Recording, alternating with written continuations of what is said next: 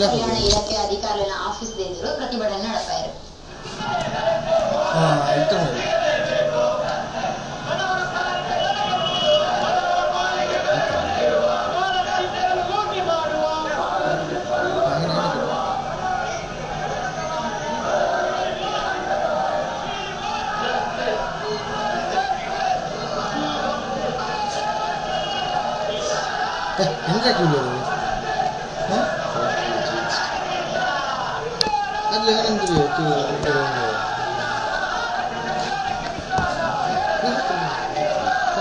Campus front of ಇಂಡಿಯಾದ ರಾಜ್ಯ ಪ್ರಧಾನ ಕಾರ್ಯದರ್ಶಿ ಮಹಮ್ಮದ್ ತುಗೇಲ್, ಪದಾಧಿಕಾರಿಗಳಾದ ಮೊಹಮ್ಮದ್ ತಕ್ಫೀರ್, ಮೊಹಮ್ಮದ್ ಶಾಕೀರ್, ಇರ್ಷಾದ್ ಬಜ್ಪೆ, ಫಯಾಜ್ ಪಾಲ್ಗೊಂಡಿದ್ದರು.